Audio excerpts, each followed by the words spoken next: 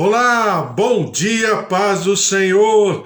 Hoje, sexta-feira, dia 23 de julho de 2021, o dia que o Senhor já preparou, já concretizou, já manifestou, já tornou uma grande realidade sobre a tua vida, sobre a tua casa, sobre a tua família, sobre os teus queridos, em nome de Jesus. E nós estamos mais uma vez na presença do Senhor, falando sobre a palavra de Deus, orando pela nossa casa, pela nossa família, pelos nossos queridos, nossos projetos, nossos planos, né? Que o Senhor tem colocado no nosso coração e nós, mais uma vez, reproduzimos em sentimento, em projeto, em objetivo, em nome de Jesus. Por isso, que o Senhor esteja sobre a tua vida, sobre a tua casa, sobre a tua família, sobre os teus queridos, em nome de Jesus. Glória a Deus por tudo aquilo que o Senhor tem feito, tudo aquilo que o Senhor tem realizado, a cada dia, a cada momento, a cada situação, a cada circunstância, o Senhor tem nos dado livramento. Exatamente por isso que nós estamos aqui, porque as misericórdias do Senhor já se renovaram sobre a tua vida, sobre as nossas vidas, em nome de Jesus, e nós estamos como quem sonha, porque grandes coisas o Senhor tem feito por nós e por isso nós estamos alegres. Deus abençoe você, uma sexta-feira maravilhosa, inesquecível, memorável, porque todos os dias do Senhor devem ser assim, né? Memoráveis, inesquecíveis, em nome de Jesus. Glória a Deus. E mais uma vez estamos pensando sobre as coisas do Senhor. A Bíblia nos recomenda que nós devemos pensar nas coisas lá do alto, né?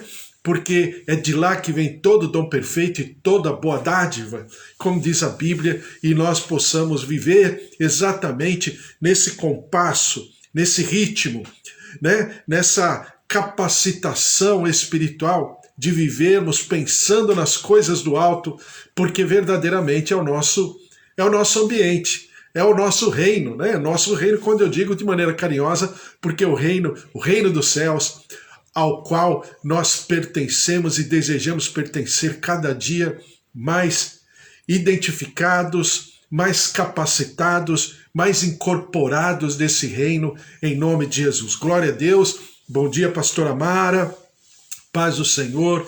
Deus abençoe a senhora, sua casa, sua família, Ulisses, Milena e também Douglas, Nora, netos e o seu Ulisses também. Deus abençoe a todos aí. Bispo Antônio, bom dia. Priscila, Suzy, todos os familiares, filhos, netos, a presença, o poder e a plenitude do Senhor esteja sobre a vida de cada um de vocês, em nome de Jesus. Também minhas tias Rosália, minha tia Alzira, também os meus tios, meus primos. Deus abençoe a todos, filhos, netos, genros, noras. Deus abençoe a todos, meus pais também, seu João, dona Dária, seu Toninho, dona Nadir. O Senhor esteja por sobre cada um, protegendo, guardando, abençoando. Amanda, Deus abençoe, um beijo para você também, toda a sua casa, João, Roseli, Ângela, toda a casa, todos os familiares. Deus abençoe a todos em nome de Jesus. Também Fábio, Márcia, Luiz Henrique, seu Augusto, Dona Efigênia, filhos, netos. Deus abençoe a todos em nome de Jesus. O Senhor esteja sobre a tua vida. Eva, Carlos, filhas e também netinho, genros. O Senhor esteja abençoando, guardando, protegendo e prosperando nos negócios, no trabalho. Também o Bispo Antônio junto lá com o pastor José Pinheiro, nos projetos, nos sonhos, nos planos. Pastora Mara também, nos seus negócios, também o Douglas, a Milena lá no seu estúdio. Deus abençoe a todos. Também o Senhor abençoe a Amanda, seus negócios, seus projetos, seus planos, suas conquistas, em nome de Jesus. A minha filha Gigi também, no seu trabalho, no seu dia a dia como professora também, o Senhor esteja prosperando, trazendo sucesso, avanços, conquistas, realizações. O Senhor esteja sobre cada um de nós e nós daremos sempre ao Senhor todo louvor, toda honra e toda glória em nome de Jesus. Bom, vamos ler a palavra do Senhor. Estamos pensando sobre escatologia, já falamos e estamos trabalhando uma metodologia, né? Para nós entendermos toda a escatologia. Qual é a metodologia? Separarmos por módulos a escatologia e no ciclo de acontecimentos. Cada acontecimento e de maneira cronológica, em termos de fatos, nós estamos assim pontuando cada situação, pensando de maneira macro, mas também de maneira mais singular, né? Mais, vamos dizer assim, privativa, né? Cada momento, cada situação e cada evento, e o que significam. Porque quando você pensa dessa maneira, depois você consegue ter toda uma visão. E no momento em que você ler a palavra a respeito de escatologia, você já fica com essa ideia, por exemplo, dos grupos. O Senhor Jesus está falando para o primeiro grupo, para o segundo grupo ou para o terceiro grupo, né? Então isso é importante porque te norteia em relação aos fatos e porque as pessoas confundem muito esses fatos e colocam tudo no mesmo, né? No mesmo cesto, no mesmo balaio. E aí fica uma confusão. Ele virá, quem subirá primeiro, quem ficará no momento da tribulação, o que significa o pré-tribulacionista, o meso-tribulacionista, ou então o pós-tribulacionista, né? O pré-milenista, ou o pós-milenista, ou o amilenista, ou seja, que não haverá milênio. Então são coisas que, claro, você pode pensar da maneira que você quiser, não é isso. Mas eu estou apenas colocando para você a maneira de pensar, a ideia, né? Quando você tem a ideia do macro e de toda a lente do Senhor Deus a respeito da palavra e de como ele enxerga tudo isso, aí fica fácil. É claro que aí você pode projetar ou pensar ou defender, né, uma linha de raciocínio, mas sem pegar um pacote pronto. Aliás, eu fico meio com o pé atrás com essa coisa do pacote pronto, né? Eu sou pré-milenista, eu sou pós-milenista, eu sou meso-milenista ou intermilenista, eu sou pré-tribulacionista, eu sou pós-tribulacionista. Então nem sempre esses pacotes eles estão completamente eficazes na sua visão, até porque as coisas não que o plano de Deus mude, mas a gente vai mudando e vai transformando a maneira de enxergarmos. Por quê? Porque nós vamos compreendendo a palavra a cada dia.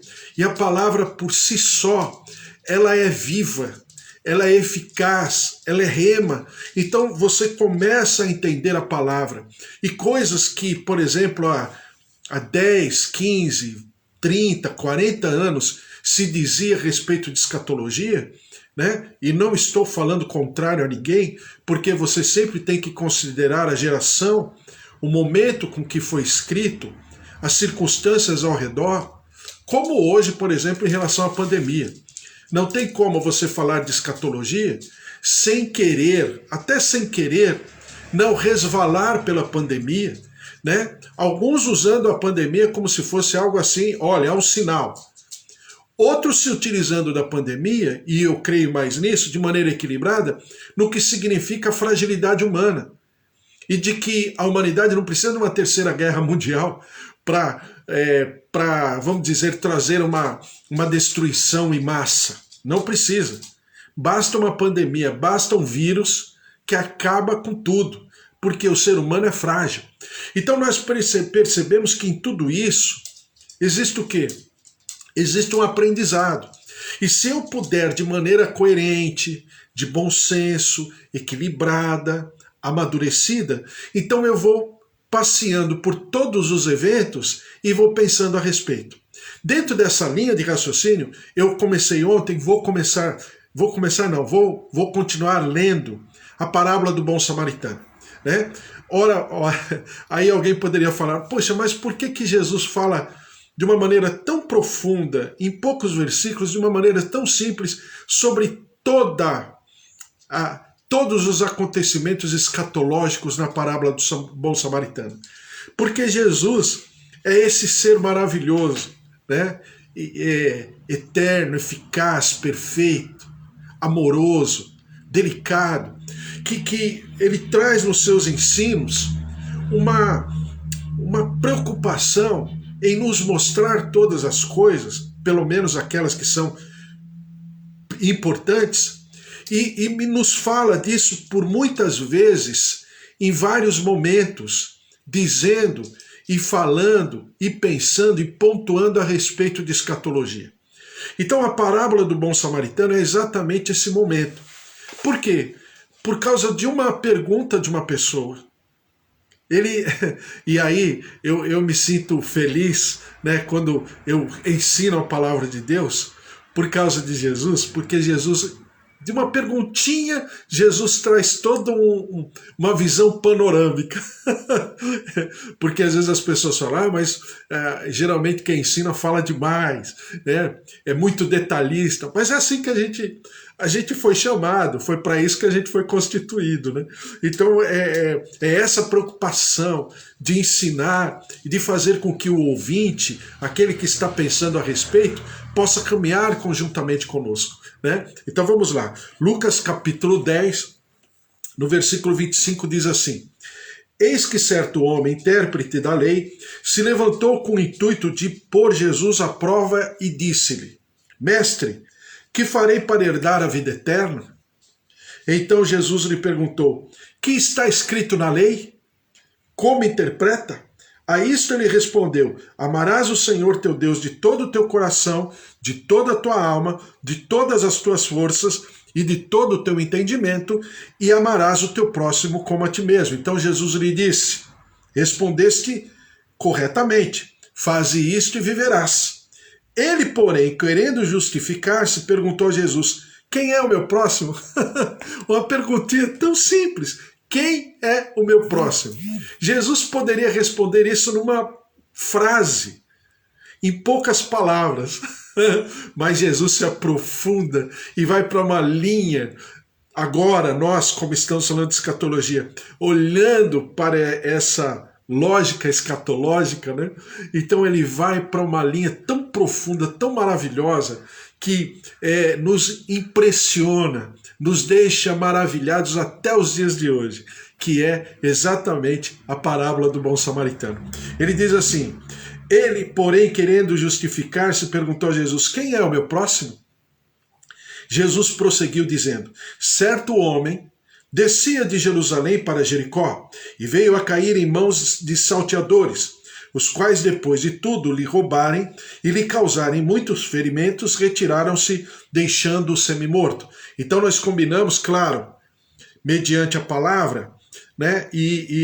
Alguns textos eu vou ler, outros não, mas mediante a palavra a gente já percebeu que no aspecto escatológico, esses personagens dessa parábola significam períodos, significa humanidade, significa um conceito mais macro, mais abrangente do que tão somente apenas a pessoa, o personagem dessa parábola. Então vamos lá.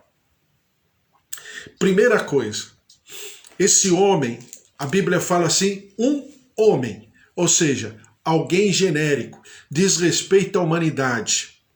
A Bíblia diz que ele está indo de Jerusalém para Jericó. Isso, aos olhos da cultura, significa um declínio, porque Jerusalém é um lugar santo, é uma cidade sublinhada, destacada por toda a palavra de Deus como uma cidade importante, como uma cidade onde será mais tarde a nova Sião, né? Será o cume de toda a existência da Trindade, da glória, da presença, da manifestação do trono daquele que era, é e sempre será o autor e consumador da nossa fé. Como fala Jesus, né? Ele diz assim, Mateus capítulo 5, não jureis, aí ele fala sobre juramento, por ninguém, aí depois ele diz assim no versículo 35, na segunda parte: nem por Jerusalém, por ser cidade do grande rei. O próprio Senhor Jesus destaca Jerusalém como sendo a cidade do grande rei. Ou seja, então, ambiente perfeito, pleno, poderoso, da manifestação da glória de Deus. Mas esse homem, ou seja, a humanidade, ela está em movimento contrário, saindo de Jerusalém e indo para Jericó. Jericó é quem? Representa a maldição, representa a morte, representa a destruição, representa a contingência humana, representa o desgaste, representa o cancro humano, desculpe falar dessa maneira, mas representa o gênero humano caído, o ser humano caído, né? Então vai de Jerusalém para Jericó. Só que o Senhor já fala de um período inteiro. Mas aí ele vai pontuando cada situação. E diz aqui, casualmente, ou seja, casualmente significa algo até meio comum, até normal, até automático. Casualmente, descia um sacerdote por aquele mesmo caminho e vendo passou de largo. Por que o sacerdote estava descendo? Porque eu falei para você que esse sacerdote representa também aquele que até então teria, entre aspas, uma relação mais aproximada com Deus, mas que também está em declínio. Exatamente a mesma condição desse viajante. Então esse sacerdote demonstra o quê? Demonstra uma incapacidade de poder ajudar, porque ele está no mesmo ambiente de declínio, ele está no mesmo ambiente de destruição, ele está no mesmo ambiente de desgaste, casualmente. Então ele não tem o que oferecer, ele não tem como oferecer, ele está esvaziado de si, na sua condição maior. Casualmente, ele também está descendo. Ele está saindo de uma condição de glória, de presença, de poder, de mover, de vontade do Senhor, para uma condição de destruição. Depois diz assim, semelhantemente, ou seja, numa mesma vibe, numa mesma linha, no mesmo ambiente depreciativo, de desgaste, de destruição. Semelhantemente, um levita descia por aquele lugar e vendo, também passou de largo. Então, pegando agora de maneira mais escatológica esses três personagens até aqui, né? Ou como, né, no português seria melhor dito como personagem no feminino, né? Pegando essas personagens sobre a humanidade, sobre o sacerdócio e sobre o ministério levítico. O que significam essas três personagens? Significam exatamente o que pontua toda a existência do gênero humano. Nessas três fases. Primeiro, a humanidade. A humanidade está em declínio. Eu poderia dizer que a humanidade, a partir dos tempos de Adão, e eu vou pontuar aqui até Moisés, houve um declínio, houve um desgaste completo de todos os níveis. Tá? Então, é dentro dessa situação que a gente vai começar a pensar a respeito hoje. A Bíblia fala que esse homem estava meio morto. E eu falei para você ontem que meio morto significa, eu lembro sempre desses filmes que tem aí, tem até séries, né? A volta dos mortos-vivos e não sei o que lá, é como se fosse esse tipo de gente, né? Que parece que está viva, mas está morta. Por quê? Porque é um gênero caído, é um gênero que já nasce para morrer. É um gênero que a cada dia que passa vai se esvaindo.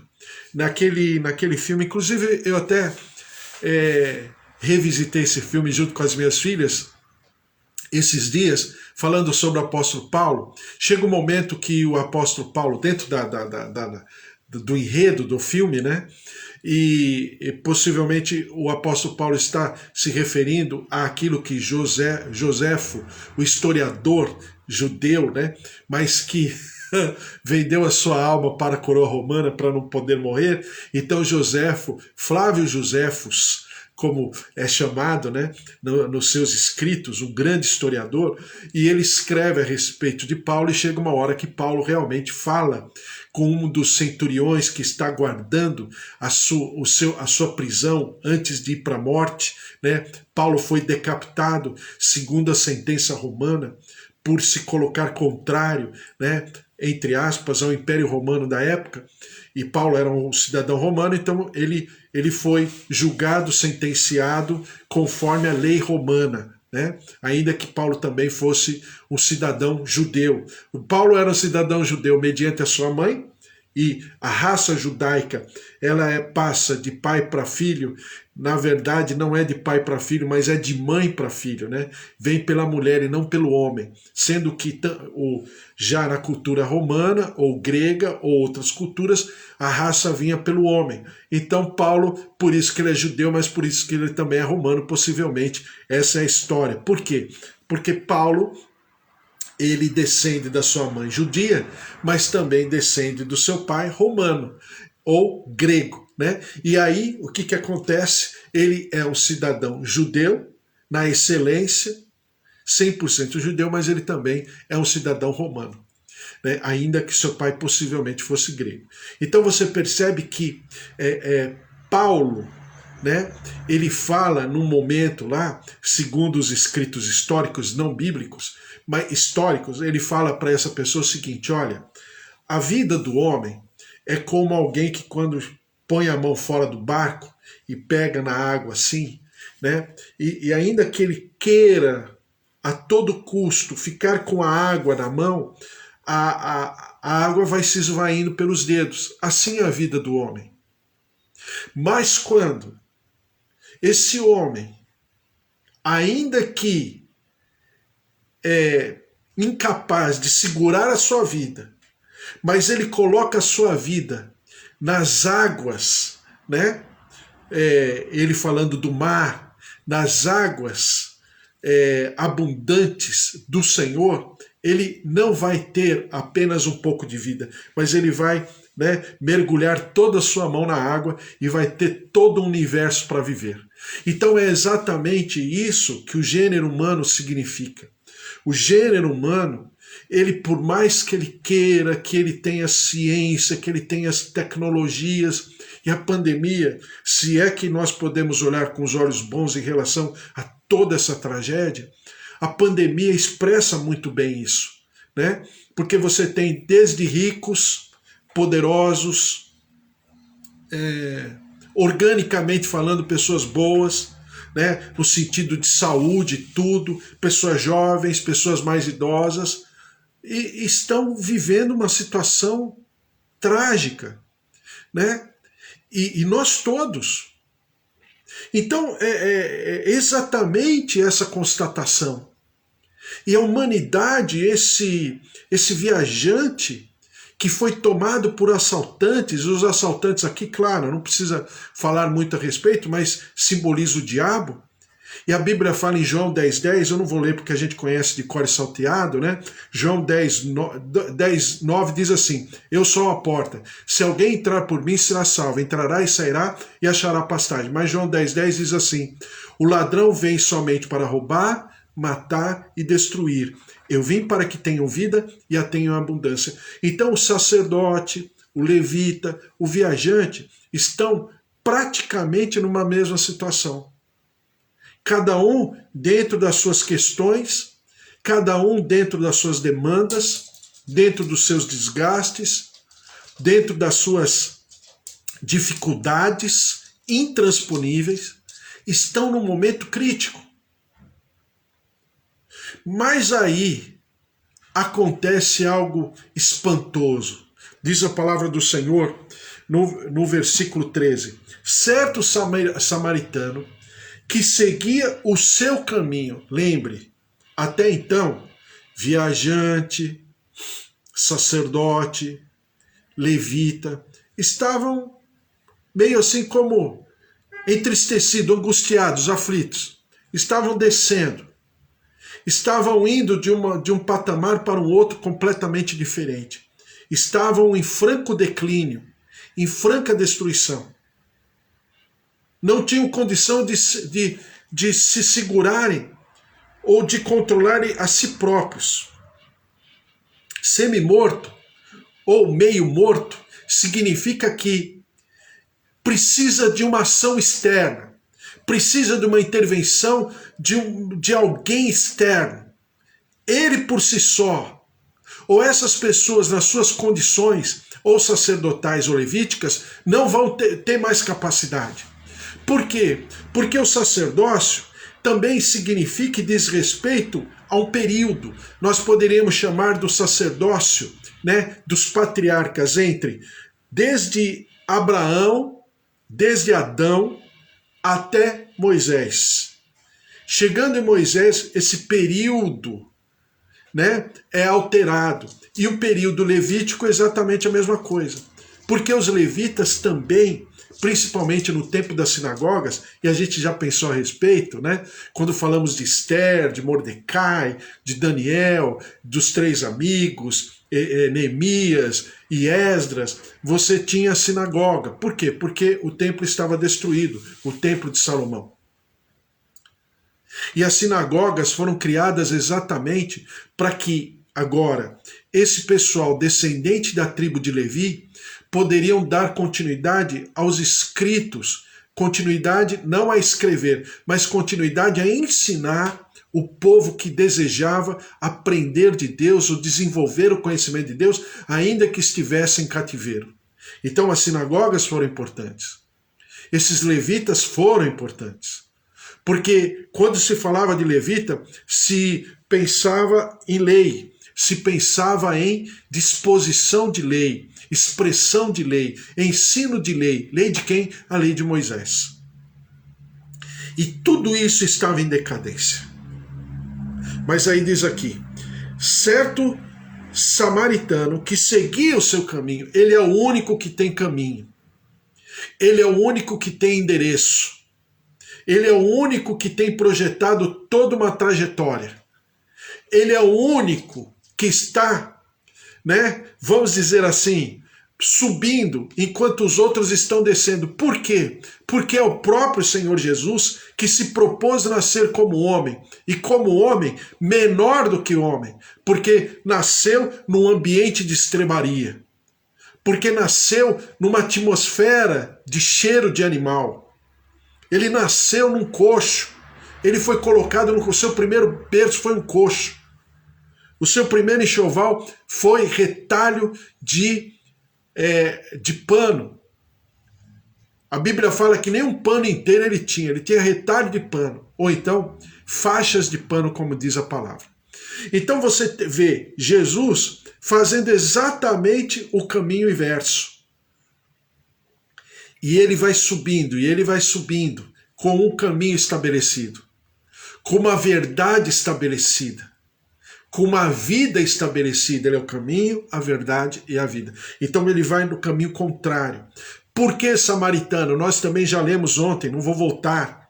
Mas Samaria era a capital, né, do Reino do Norte, enquanto Jerusalém era a capital do Reino do Sul. Reino do Sul, Judá e Benjamim.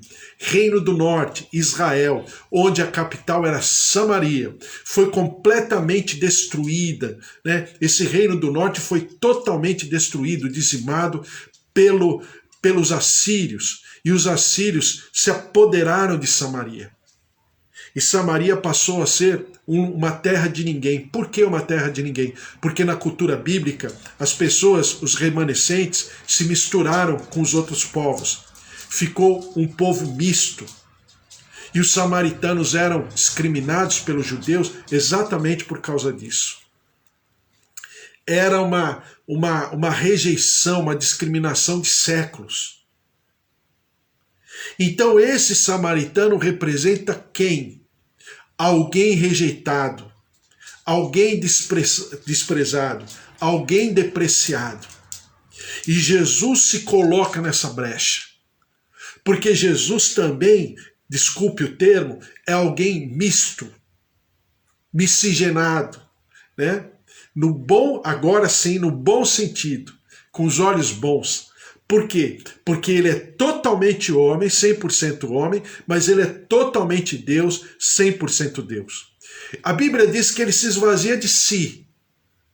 A Bíblia diz que ele não teve por usurpação ser igual a Deus, não obstante ser a segunda pessoa da Trindade. E se propôs nascer como homem, viver como homem e morrer como homem. Então esse samaritano, ele faz exatamente o caminho inverso. Não é assim que a humanidade faz? Quantos durante toda a existência da humanidade não quiseram ser Deus? Ou não quiseram se autoproclamarem deuses? Mas somente um Deus se esvaziou da sua divindade para ser homem. E ele tem orgulho de ser chamado filho do homem, filho de Davi. Então é exatamente a mão inversa. E a parábola do samaritano diz muito aprofundadamente sobre esse personagem, sobre essa identidade. Alguém de fora que tinha toda a condição de socorrer aquele viajante. Porque a Bíblia fala que nós somos peregrinos aqui, ou seja, somos viajantes. A Bíblia fala que nós somos, em outras palavras, peregrinos, em outras palavras, nômades. Né? Nós não temos casa fixa aqui. A nossa casa fixa é no céu.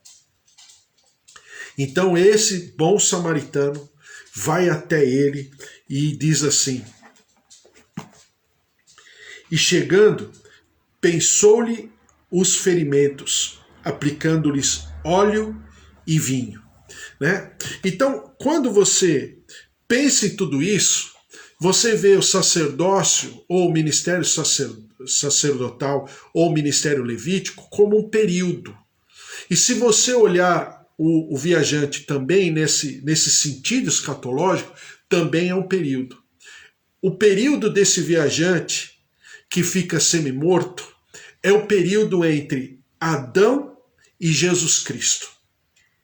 O período sacerdotal é o período entre Abraão e Moisés. E o período levítico é entre Moisés e Jesus Cristo. Por que eu estou falando de tudo isso?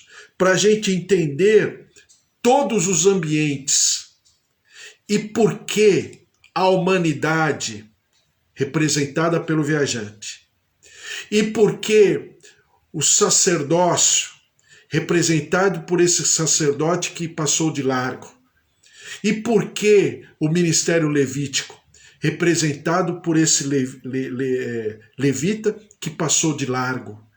Que todos eles estavam se esvaindo em si próprios e precisava de alguém que pudesse socorrer as feridas, ou, né, e em socorro nos ferimentos de morte, que é exatamente o ministério de Jesus Cristo, o ministério do Messias. Então, dentro disso, eu tenho tantos textos para ler, mas eu vou passar por cima de todos que não vai dar tempo. Né? Eu vou ler Romanos capítulo 5, versículo 12, diz assim: portanto, assim como por um só homem entrou o pecado no mundo, e pelo pecado a morte, representando aquele viajante, está falando sobre a humanidade, assim também a morte passou a todos os homens, porque todos pecaram. Porque até o regime da lei havia pecado no mundo. Quer dizer, Moisés traz um divisor de águas, né, entre a humanidade vivendo, vamos dizer assim, sem leme, né, totalmente solto, totalmente jogada, lançada à sorte. Mas em Moisés vem a pontuação daquilo que é a vontade de Deus e daquilo que não é a vontade de Deus. Diz assim: porque até o regime da lei havia pecado no mundo, mas o pecado não é levado em conta quando não há lei. Entretanto, reinou a morte desde Adão até Moisés, mesmo sobre aqueles que não pecaram, à semelhança da transgressão de Adão, o qual prefigurava aquele que havia de vir. Em João capítulo 1, versículo 16, diz assim: porque todos nós temos recebido da sua plenitude graça sobre graça, porque a lei foi dada por intermédio de Moisés, A graça e a verdade vieram por meio de Jesus Cristo. Então, até Moisés, o homem poderia, por assim dizer, não tinha consciência. De Moisés até Jesus, teve consciência, mas ele não conseguiu reproduzir a excelência dessa consciência. Então, ficou esvaziado da mesma maneira. Agora, com consciência de lei. Agora, com consciência de pecado, de morte, de transgressão, de iniquidade. Mas em Jesus Cristo, alguém que vem de fora, alguém que é um agente externo, vem para poder, estabelecer essa conexão, essa ponte entre toda a inviabilidade da lei com o cumprimento da lei nele, por causa dele e através dele. Por isso que em 2 Reis, eu vou ler Efésios capítulo 2. Efésios capítulo 2, versículo 14 diz assim: porque ele é a nossa paz, o qual de ambos fez um, e tendo derribado a parede da separação que estava no meio, a inimizade, aboliu na sua carne a lei dos mandamentos na forma de ordenanças, ou seja, na forma apenas de uma prática religiosa, para que dos dois criasse em si mesmo um novo homem, fazendo a paz e reconciliasse ambos em um só corpo com Deus, por intermédio da cruz, destruindo por ela a inimizade. Então, esse samaritano, no sentido escatológico, significa a capacidade que nós temos nesse samaritano, que é Jesus Cristo, em nos colocarmos preparados, abençoados, completamente conscientes da nossa iniquidade e do nosso pecado, mas derramados diante do Senhor, para que ele possa exercer a sua atividade de cura, de libertação, de cuidado, de tratamento. Então, no capítulo 4 de João diz assim: então lhe disse a mulher samaritana: como sendo tu judeu pedes de beber a mim, que sou mulher samaritana? Porque os judeus não se dão com os samaritanos. Então Jesus está ali falando o que sobre isso? Ele está falando dessas águas curadoras. Ele está falando dessa nova etapa, porque água dizia muito respeito ao Rio Jordão. Aí você vai falar, mas o que significa isso? Que o Rio Jordão simbolizava uma nova história, um novo ciclo, um novo ambiente, o inaugurar, o instaurar de uma nova etapa. Então Jesus representa essa nova etapa. E ele falou exatamente para a mulher samaritana, que era a pessoa mais discriminada, primeiro por ser mulher, segundo por estar casada já 5 vezes. E a Bíblia fala de casado, ou seja, era uma coisa documentada, mas mesmo assim havia toda uma discriminação. E em terceiro lugar, porque agora esse 6º relacionamento ainda não havia sido oficializado. Então essa mulher, ela representa toda a humanidade em toda a sua fragilidade, a sua comorbidade. A sua vulnerabilidade. Mas aí vem Jesus e fala: quem pedir das minhas águas jamais terá sede. Então é esse momento das águas, é esse divisor, literalmente falando, de águas, que traz o Senhor Jesus no seu ministério e na sua constituição. A Bíblia fala que esse samaritano, em primeiro lugar, atou as feridas do homem e aplicou nelas azeite e vinho. E eu só vou ler o texto e amanhã a gente continua. Azeite, diz lá em Tito capítulo 3, versículo 5. O lavar regenerador e renovador do Espírito Santo, que ele derramou sobre nós ricamente por meio de Jesus Cristo, nosso Salvador. Então, o azeite é o lavar regenerador e renovador do Espírito Santo. E o vinho, lá em Mateus capítulo 26, versículo 27. A seguir, tomou ele um cálice e, tendo dado graças, o deu aos discípulos, dizendo: bebei todos, porque isto é o meu sangue, o sangue da nova aliança, derramado em favor de muitos, para a remissão de pecados. Ele não apenas nos cura, ou seja, ele nos liberta da escravidão, como eu sempre falo para você, ele nos compra por alto preço, pagando as nossas dívidas, mas também ele nos liberta através do seu sangue. Então, o azeite e o vinho significam um ambiente de cura, um ambiente de libertação e um ambiente de ressurreição. Amém? Glória a Deus! Estamos falando sobre escatologia, estamos lendo a parábola do bom samaritano, que é um texto excepcional, maravilhoso, falando sobre as coisas do Senhor e os últimos acontecimentos. E a parábola do bom samaritano, somente essa parábola fala de toda a história da redenção humana. Glória a Deus. Né? E do socorro que vem do alto, Jesus Cristo, o autor e consumador da nossa fé. Vamos orar, vamos colocar tudo isso diante do Senhor e mais uma vez colocando a palavra do Senhor também, agradecendo ao Senhor, também eu agradeço ao Senhor pela vida da Thaís e também pela vida da Kátia. Thaís, nós estamos orando pelo Márcio, né? Pela cura, pela saúde, pela reconstrução, restauração, a restituição de vida. O Márcio está passando pela Covid-19 e que o Senhor dê grandes e boas notícias. Também para a Kátia, a mesma coisa, Kátia lá em Valinhos. Deus abençoe, estamos orando pelo Marcos e também por todos os outros que estão passando, que nós temos recebido e orando e colocando diante do Senhor aqueles nossos queridos irmãos, amigos, parentes, familiares que estão passando pela Covid-19. É um momento assim de muito derramar do Senhor sobre a nossa vida, nos confortando, nos consolando e nos trazendo exatamente a nossa capacidade de, como igreja e comunhão, declararmos: Marcos, Márcio e todos os outros recebam a cura, recebam a saúde do Senhor em nome de Jesus. A Eva também, estamos sempre orando pela Cristina, então vamos orar, colocar tudo isso diante do Senhor em nome de Jesus. Senhor, nosso Deus, nosso Pai, mais uma vez nós te louvamos e te agradecemos pela tua palavra.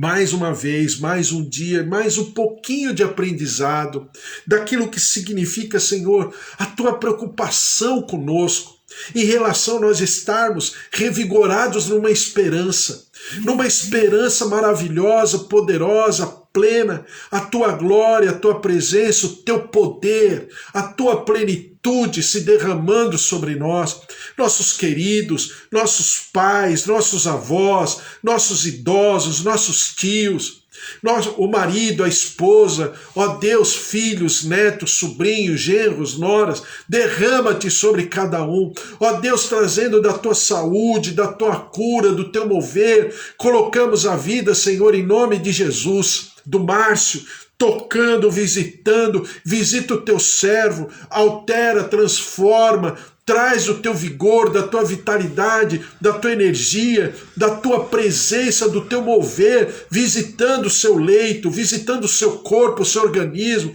também a vida do Marcos, exatamente, ó Deus, da mesma maneira, se derramando, tocando, visitando, ressuscitando, restaurando, renovando, reconstruindo, e nós daremos sempre ao Senhor toda a honra e toda a glória. Marcos, Márcio, todos os nossos queridos recebam a vida, recebam o poder da ressurreição, o espírito de vida se manifeste sobre esses leitos, esses ambientes. Traz da tua glória, Senhor, move-te com a tua paz, com a tua presença, com as tuas águas curadoras, inundando, invadindo, curando, visitando, renovando, restaurando, transformando.